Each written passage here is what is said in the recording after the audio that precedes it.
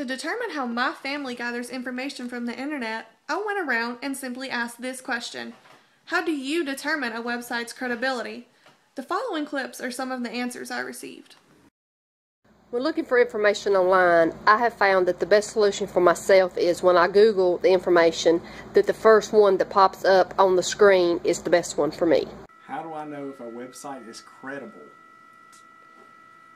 I guess if it has the AccuCheck next to it.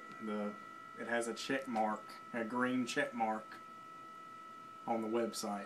I guess if it goes along with a .gov website or just not a .com. Normally .coms are just anybody can make them up. I'm not really sure that you can tell if it's credible. You just have to use your own judgment whether or not it is or isn't. Usually if it doesn't, I don't know. Like a weather station would be fairly credible because, I mean, they can't really lie about the temperature. Other than that, I don't know. Well, I don't always go to the #1 spot, but I do look to see if it's, for instance, if I'm looking up something scientific or dealing with the weather, I might go to a government site or I go to a university site. That's usually a good thing. And beyond that, it's pretty much a guess for me. I usually look for if it's a .org or .gov website. Those tend to be more credible, and then I look at the credentials of the person on the website. If it's a doctorate or any kind of PhD, if they have letters after their name, I usually think that they're credible.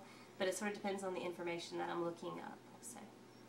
After talking with some family members, I realized that some of them may need to rethink how they determine a website's credibility. However, other family members seem to use some pretty reliable techniques. In my opinion, you can never fully trust the credibility of a website because you were not the one who personally went out and researched the information. This doesn't mean that information on the internet isn't true. It just means a .org, a .gov, or a doctorate doesn't make the information true.